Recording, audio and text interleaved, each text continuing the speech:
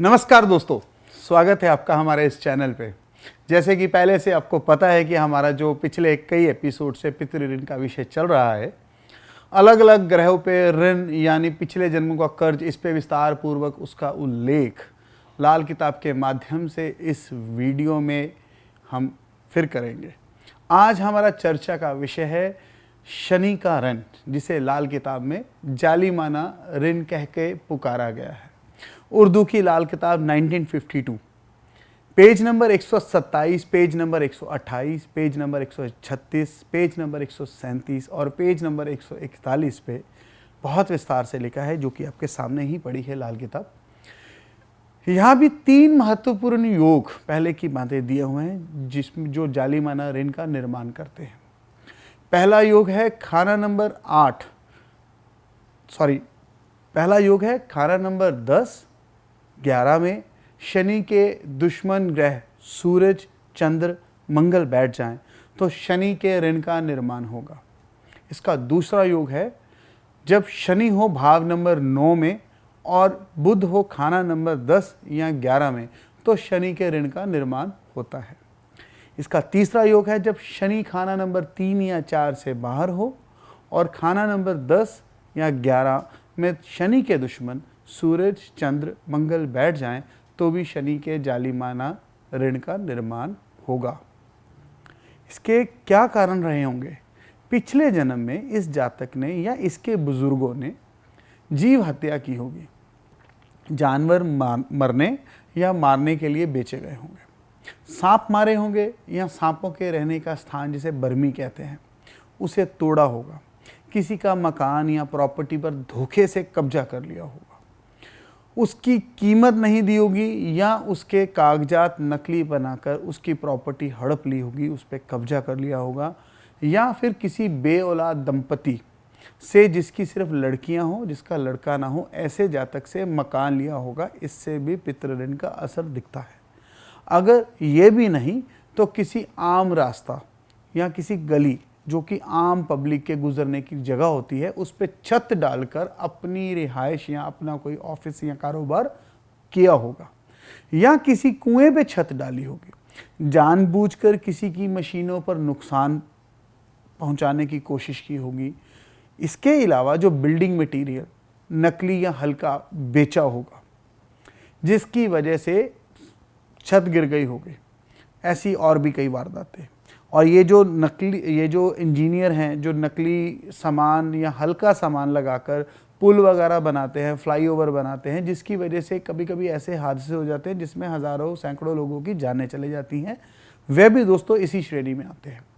ये ऋण इस जन्म में कैसे जाहिर होता है हमारे पे? इस जन्म में जातक को क्या क्या झेलना पड़ता है पिछले जन्मों के पापों का।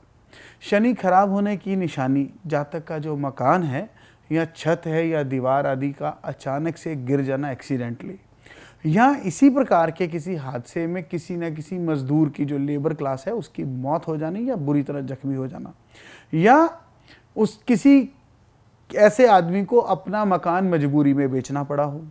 मकान या दुकान या फैक्ट्री की जो दीवारें खड़ी हैं उस पर इतना पैसा ना बचा हो कि छत डाली जा सके, बिना छत का मकान, या ऐसा मकान या कोई प्रॉपर्टी जब पारिवारिक झगड़े में फंसकर उजड़ जाए या ज़बरदस्ती बेचनी पड़े या उससे नुकसान हो।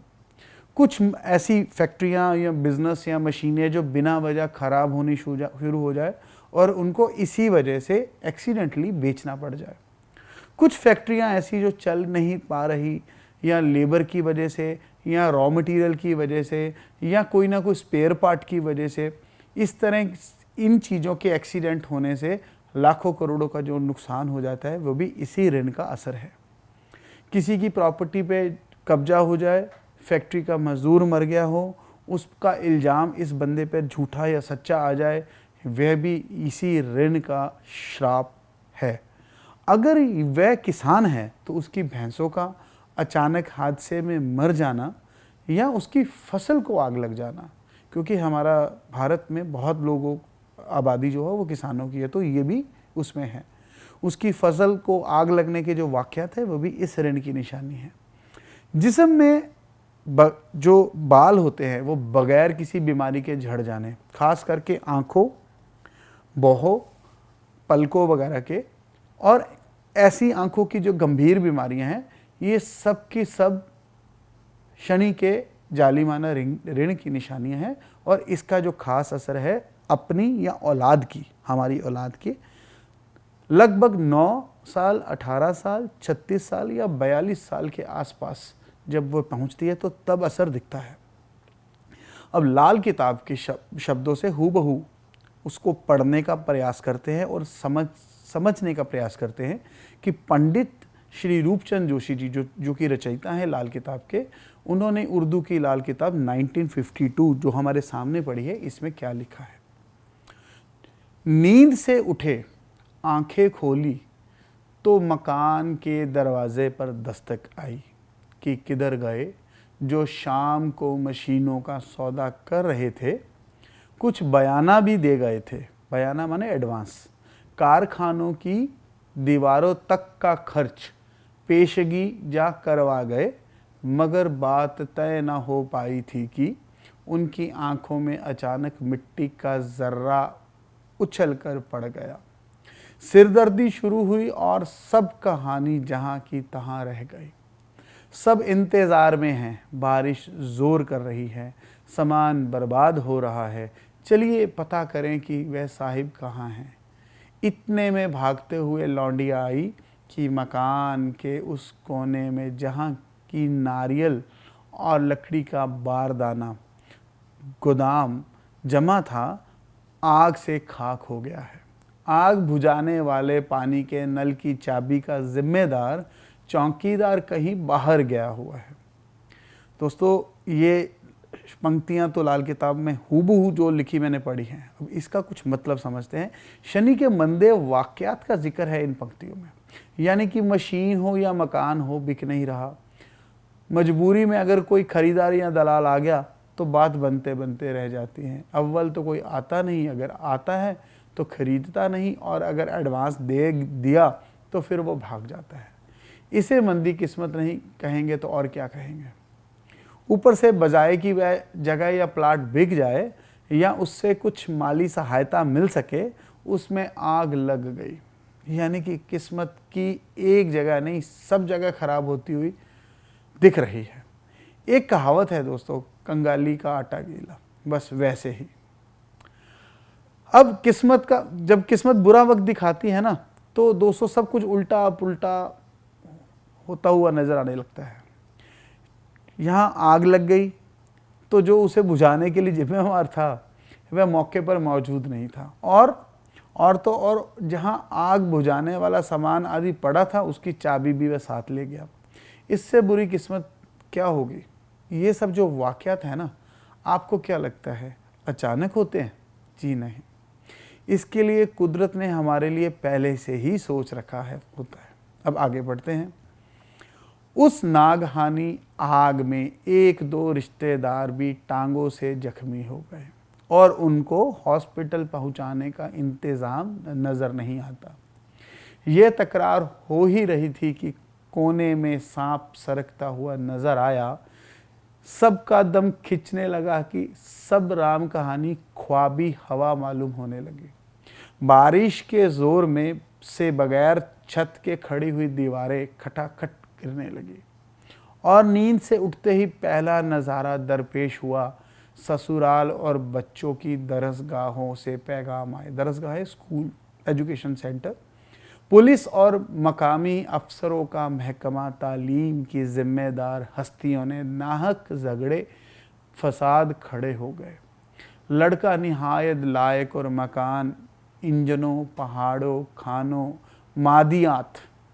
मादनियात और डॉक्टरी के इल्म का पूरा वाकिफ था, मगर वजह ना मालूम हुई कि मुकाबले पर मुम्तहन ने क्यों 0 नंबर देकर निकाल दिया। लड़का जिस कदर ज़्यादा समझदार और होशियार था, बाज़ार में उसी कदर ही उसकी बेकदरी पाई गई। अब उर्दू का जो शब्द है नागहानी, इसका मतलब है दैवीय प्रकोप से हुई घटना, गैबी ताकत के द्वारा किया गया नुकसान, अचानक ईश्वरीय आपदा की वजह से जो एक्सीडेंट हुआ उसमें सब तरफ ही नुकसान दिखाई देता है। और जो इस आपदा की वजह से जख्मी हुए उन्हें हॉस्पिटल ले जाने की सुविधा नहीं मिल पा रही। ये किसी एक हादसे या वाक़यात की बात नहीं है, ये तो एक मिसाल है। ये एक मिसाल समझी जाए तो बेहतर है, क्योंकि अक्सर देखा होगा आपने कि कोई एम्बुलेंस मरीज़ को लेकर जा रही थी और उसका एक्सीडेंट हो गया, जिसमें मरीज़ के रिश्तेदार भी मर गए। चोट लगी, हॉस्पिटल पहुंचे, पर डॉक्टर नहीं होने की वजह से मरीज़ को बचाया नहीं जा सका। अभी अभी कुछ लोग नसीब से कोविड से बच गए, पर ऑक्सीजन एन मौके पे ख़त्म हो गई, जिसकी वजह से उन बेचारों का दम छूट गया। ऐसी अनेक घटनाएं आप रोज़ पढ़ें, सुनेंगे, अपने आसपास देखेंगे। इसी तरह की एक और मिसाल दी है पंडित जी ने कि बच्चे दरसगाह का मतलब एजुकेशन सेंटर, मैंने अभी बताया। आप लिखी हुई पंक्तियों को ऐसा समझें कि बच्चा इंजीनियरिंग, मेडिकल या आर्किटेक्ट का, या एक उर्दू का लफ्ज़ अभी बोला मैंने, मादनियात, इसका मतलब है खान से निकली चीज़ों का जानकार वगैरह। इनका एग्ज़ाम दे रहा था, होनहार था, पर मुम्तहन ने, यानी कि जो एग्ज़ामिनर ने, या यूँ कहें जो इंटरव्यू लेने वाला है, उसने इसकी कदर ही नहीं की, उसकी काबिलियत को नज़रअंदाज कर दिया और उसे इंटरव्यू से फेल कर दिया, नाकाम कर दिया। अब आगे बढ़ते। मकान देखने में आलीशान और भारी लागतें खर्च करके बनाए गए। ज्यों ही उनमें रहने का मौका आया, किसी ने उनमें आराम ना पाया। आगा कोई बना बनाया ही मकान खरीदा गया तो उसकी सीढ़ियाँ दरमियान से टूटी हुई या तोड़ के दोबारा ही बनती रही। बल्कि कई दफ़ा तो मालिक ने, जिसने वह मकान बनाया, उसने मकान में एक रात भी सोकर ना देखा। अगर कहीं भूलकर सो गया तो सुबह दोबारा उठता ना देखा। कोशिश तो बहुत की, मगर पता ना लगा कि उस खानदान में मकानों या मकान के सामानों का आराम क्यों नहीं मिलता, और वहाँ सांपों, हथियारों या नाहक जहर के वाक़यातों से खानदान क्यों घटता चला गया। इन पंक्तियों में मकान की वजह से ऋण के असर बताए गए हैं।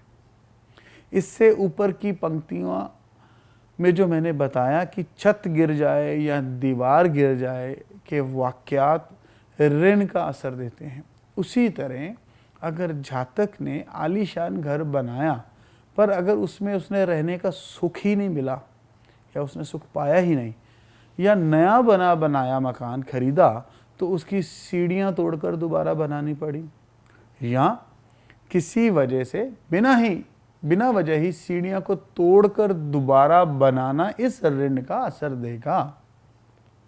अगर सब कुछ किसी वजह से सही हो भी गया तो नए मकान में 3 साल के अंदर मकान बनाने वाले की मौत हो गई, या किसी तरह के सांप के काटने की वारदात देखी गई, या किसी तरह के जहर के वाक़यात देखे गए। अब इसका उपाय क्या है दोस्तों? क्या लिखा है कि लाल किताब में कि शनि के ऋण को दूर करने के लिए अलग अलग जगह की 100 तरह की मछलियों को एक ही दिन कुल खानदान से इकट्ठे करके, जो धन इकट्ठा किया, पैसे इकट्ठे किए, उनसे उनको भोजन कराया जाए, या दाना या उनको खुराक दी जाए। शनि की जो कारक आशा है वो मछली है, तो शनि से उत्पन्न हुए ऋण का उपाय भी शनि की आशा से ही संभव होगा। हालांकि कुछ और भी उपाय बताए गए हैं, पर क्योंकि लाल किताब के जिन पन्नों को मैं पढ़ के आपको सुना रहा हूँ उन पर वो नहीं लिखा, परंतु उसका असर भी, कुछ और जो उपाय है उनका असर भी इस पे नेक होता देखा गया है। मैं फिर भी आपको बोलूँगा कि याद रहे कि सिर्फ ये वीडियो को देख लेने से आपको आपकी कुंडली में ना तो ऋण बनेगा, ना ही इसको देखकर आप बिना वजह उपाय कीजिए। लाल किताब के अच्छे जानकार के परामर्श की आवश्यकता आपको अवश्य पड़ेगी इसका उपाय करने के लिए, और ये उपाय 43 दिन का नहीं बल्कि 43 हफ्ते चलेगा। तो दोस्तों ये था आज शनि का ऋण। मिलते हैं हम अगले एपिसोड में नए ऋण के साथ। तब तक के लिए अलविदा लेते हैं। नमस्कार, धन्यवाद।